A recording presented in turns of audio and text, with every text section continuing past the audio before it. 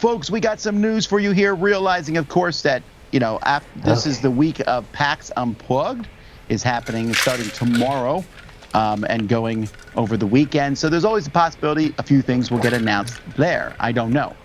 But this is what we have currently. First of all, we have a Korean publisher, Playtee, has announced a few games. This one here from Wolfgang Kramer, Vampire Queen. Now, I think is this a redone version of an older game? I don't know. I don't know what the game is. Could be. Yeah, it's co-produced by Popcorn Games. Yeah. It's a climbing card game for 3 to 12 players. It sounds new. I don't remember a climbing game for 3 to 12. That's a very big range of players. So the only thing I can think of like that is the Garfield game. What's that climbing game? The Magic the Gathering? No. Yeah, no, the one with like the 1 is the best card and the 12s and. Oh, you're talking about the Dilbert Corporate Shuffle? Yeah. The other version, the original version of that. I just can't remember what. Same game, yeah. The dunce hat thing, whatever that's called. Yeah, you got to be the whatever. It sounds like that when you have 1 to 13 on the cards, 12 players. This might be a reprint of that Fox one he did, though, Tom. That's a Kramer game.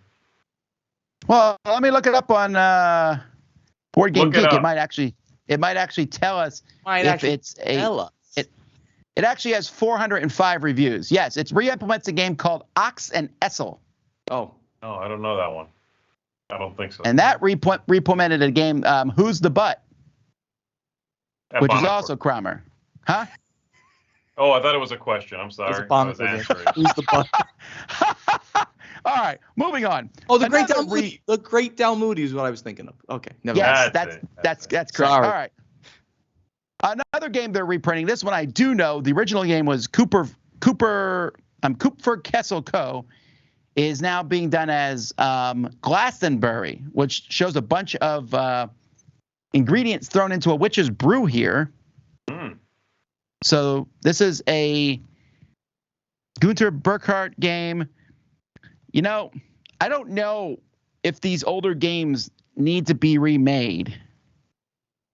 I do remember that cover in the top corner there. I don't think I saw that one. I know the designer stuff a little bit, but I don't know, Tom. These games are so small and unassuming little things. I don't mind little games being reprinted. It's much easier for a game like this to be a neat game and be forgotten. And so therefore, let me rephrase that. I don't think it matters that much either way, actually. Like, it'll come out, people are like, oh, that's neat. It will introduce maybe a few new people to the game, and then we'll see. Yeah. So that's 2 in a row from Korea. So all of these games are from the same company or different companies in Korea? I'm looking at the next one. Yeah, the next one I think is actually from a different company, maybe. Nope, Playtee. Same. Oh, no, it is from the same company. You're right.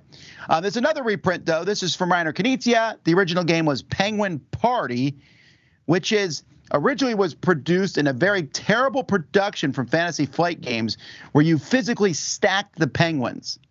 But they didn't stack very well at all. It was just a bad game all around.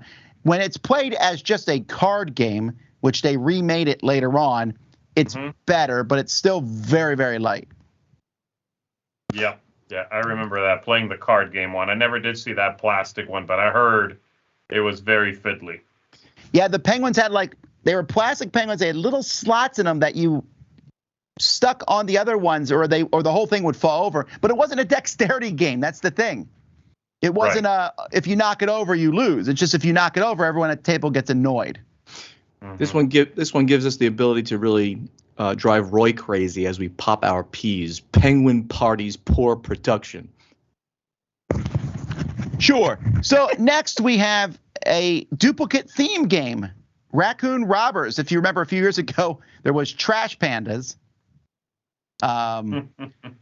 So this is pretty much the same theme here, but this one here is from Pegasus Spiel, and it's from Jürgen Rey, who did Carcassonne.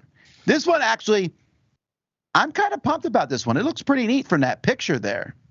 Yeah, I like the look of those 3D houses, and It looks like little meeples maybe moving up the side of the building. That looks cute. Yeah. Why do we need sloped houses? Is there like a mechanic that they fall down? Yeah, I'm wondering that too. Or what do you say? If you're just placing it on it, it could be a nice flat surface. I mean, it's cute. Don't get me wrong. I like the colorful. Well, here's the thing. Let's say you can drop something and it rolls down and knocks other pieces. Then it's automatically a 10 out of 10. That game's a 10. As long as I can screw up my pieces. Perfect. All right. First rat. This is the rat that lives in the White House. Actually, I don't know what it is. It's based on. He's like a first man play on words, right? Like going out into space. Yes, he's the first rat going into space. That's a takeoff. And oh my God, we have like these takeoffs. There was a book written about like rats going to the moon, I think. Oh, you're right. Do you remember that? There was a series of books, like kids' books. Yes, they were young adult or children's One was books. Like Paul Revere's horse. Something on the moon. Mice on the moon? Something like, hey, chat, you got to remember this. So this is huge. We got all this like coming back from like my childhood today. This is great. Okay. Well, anywho, this game looks interesting here. This looks like a big game, much bigger than you would expect from looking at the cover. I agree. This looks like a pretty involved Euro-style game. The junkyard, you're building everything. It has a solo mode included. So, yeah, I mean, I'm hoping it's good. Looks good. I like the board. I want to get my rat to the moon first. All right. Now from Hook, we have a game for 2 to 5 players called Dollars Wanted. That's an odd name. You're playing stuff and you're trying to crack a safe at the right time. It looks like it's a push your luck style game. I have a feeling this was a translation thing because that is a weird name. Yeah, it feels that way. Dollars Wanted. What do you want? I like the dollars. Maybe the name of this character is Dollars. Dollars Wanted. Yeah. Maybe that's it. They got to catch him. You know? Or he cracks open another safe. Wanted poster. His name's Dollars. Wanted, dead or alive. Yeah. I do like the artwork on the little characters. But honestly, this is not a good cover. To be fair, I think it's not really giving up any information, is it? Nothing. No, but the description made me interested in it, so we'll see. Cool. All right, it's a week of reprints. Another reprint has been announced by Repros called Masquerade. And while we were looking at the news earlier, Mike asked me, he's like, why would they reprint Masquerade? And I told him Masquerade is actually one of the best-selling games from Mr. Fiduti. It's not one that a lot of people know, but I know it's done very well and has sold quite a bit. So Repos, who I wonder, the Repos branding without the guys who run it, it's like just a name now? I don't know. It's kind of weird. You know, the whole sombreros, Belgium wearing sombreros, those guys now have their own company, right? Cedric and those guys, right? But they're not with Repos anymore. I think they went and started their own new company. Yeah, but I mean, I still think that there's a value in branding, games and people who like a specific type of game. Oh, I really want to go and buy Repos games. I want to go buy Fantasy Flight games. You know, there are definitely people who say things like that. So I think it's value. If you like games where everyone sits around a table and are winking at each other or trying to get, match each other, you'll like Masquerade. It has a very specific audience. It's more mass marketing party type style. Some people hate this game that I've met. I find it bluffing. It's like a bluffing, double bluffing, slightly memory game, right? I mean, there's a little bit of all those things in there. Mm-hmm. Yeah. Alrighty. Next we have Skull Canyon Ski Fest. That's a cool name. You don't think so? No. Skull Canyon Ski Fest? No. Well, I like if it was just, I don't know. It would look better if there was some dice bursting from the cover and the name was like Frosh. That's a great you promote. It's a great horrible name, as we talked about. I like the fact that this is actually a game about skiing. I don't know anything about it other than that it's a ski resort opening and you're having this festival. That's because that hasn't been done that I can think of at least. So that's cool. Skull Canyon sounds like I don't know something. Morbid. Well, I like the art on it a lot. This board and the cover make me think of that Yeti game that came out ages ago where you were coming down a mountain trying not to get hit by the Yetis with snowballs or something. Oh, all right. I don't know what. I do like the board though. That board looks cool. Yeah. I like what's going on in here, and I like the setting. Definitely. All right, biggest news of the week: Munchkin Babies. I know that you've been dying for this one here. It's a new Munchkin game. It's coming in January 2022. You can be an orcling, dwarfling, elfling, quarterling. That's half of a halfling. And go to preschool to learn how to be a whiz kid, ankle biter, crumb snatcher, or holy terror. This is going to sell well. And it's going to sell well. It's going to sell incredibly well. All Munchkin games sell incredibly well. I'm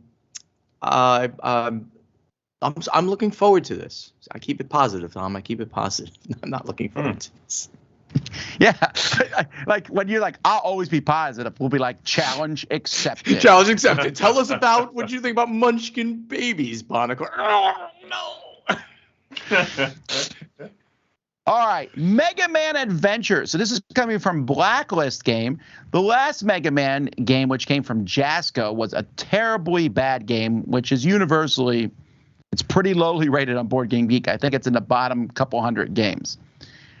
Beautiful pieces, but the game itself isn't good. Hopefully this one's better. These guys designed Salvation Road, the designers, and Dark Dealings, Dwarven Delve. It's you move through. It's based on Mega Man 1, 2, and 3. I don't know the. You don't know Mega Man? I do not. I'm sorry. Oh, but you don't know who that Mega Man is, even. I am the Omega Man, but who's Mega Man? Oh, Mega Man is one of the most popular franchises of video games. It's from Capcom. It is Capcom, right? I think so. It's also like just an extremely one of the most famous anime, I assume, characters right? ever.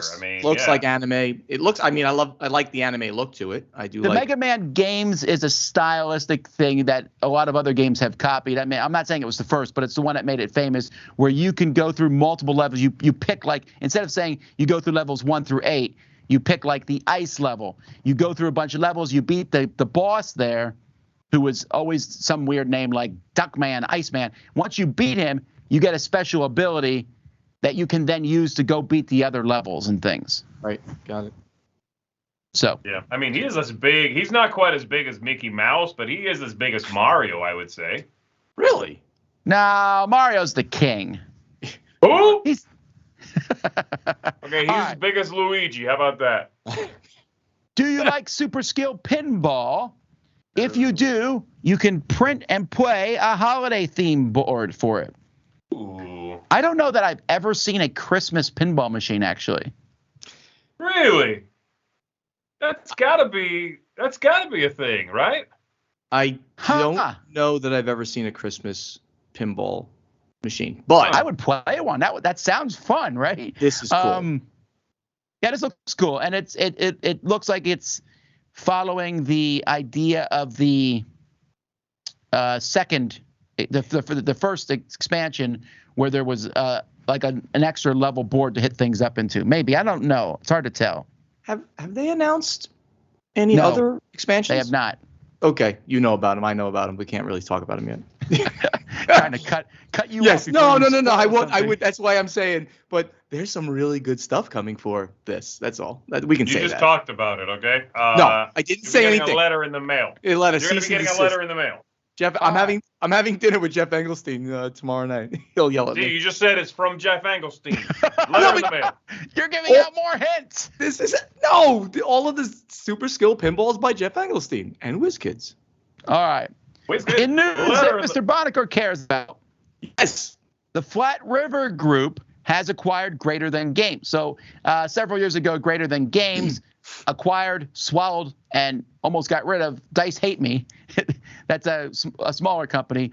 Now they've been bought out by the Flat River Group. Greater Than Games has two very strong properties, Sentinels of the Multiverse and Spirit Island. They also have many other games, but those are easily their two most popular games. And they've moved Sentinels into comics. They've done a lot of things with that. It's a nice rich IP that they developed. In general, this. Oh, and let's talk a little bit about Flat River for a moment. That's a name that a lot of people don't know. They are multi things in gaming and adjacency to gaming. They're like PSI, so they're a consolidator. They bring in smaller publishers and send to distribution from there. They're a distributor. They have their own network of distribution as well, and they're also a vehicle for companies to get into Target and Walmart like PSI. So they basically do things that PSI do, but adding the distribution segment that they have that as well. I was really excited when I heard this. Greater Than Games, a really nice bunch of young people, and I'm happy to see this, that they're now going to they'll even do better with a big partner like Flat River. So this to me was really cool, a non-Asmodee merger or acquisition within the It is nice to be able to talk about something like this and not say the word Asmodee. Yeah. In other news, Asmodee. That's a great segue, dude. That's good, Tom. I saw it coming. I was going to jump on it. I saw it coming, and I backed off because you nailed that. Cheers. You win.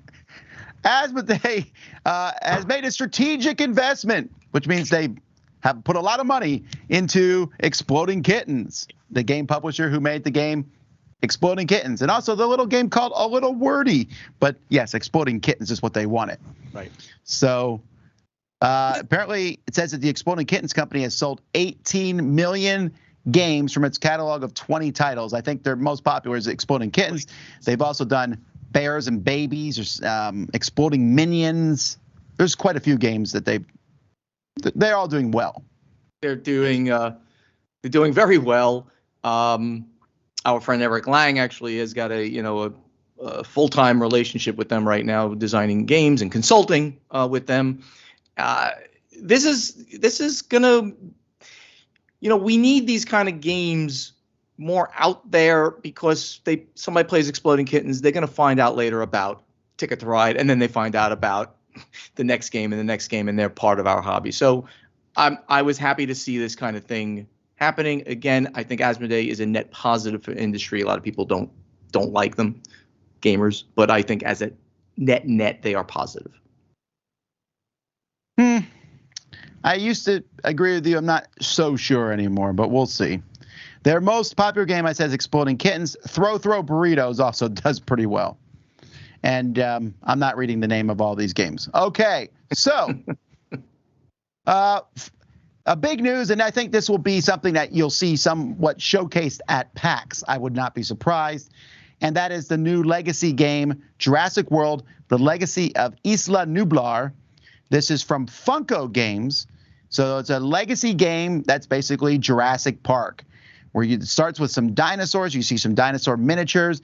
There's obviously more dinosaur miniatures in those other boxes and sealed envelopes and stuff like that. I have deliberately not looked into this much more because since it's a legacy game, I like to be surprised by them as I open up all the stuff in it. But I am pumped because a legacy game with a Jurassic theme from Funko sounds like it could be pretty good. It's a good pairing, right? Yeah. Yep. Love the idea here. I like the cover too. It has that pulp adventure font. That legacy cover, that cover makes me think of old mass market games, which is kind of neat that they're towing that line. You know what I mean? I feel like this is the one game that's going to introduce a lot of people who are maybe not even gamers to this idea of a game that you change over multiple plays. It has that potential, right? With that cover, with this theme, I feel like suddenly we're going to have some people.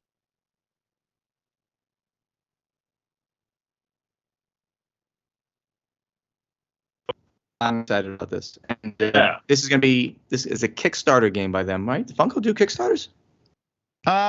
Interesting. Yes, it's hitting Kickstarter on March 22nd. That's very specific date. It's a mid-release of 2022. So I'm not sure what that means if the game's already being, because if it's being released mid-2022, then the production factory already started making it, or they're about to press the button. Yeah,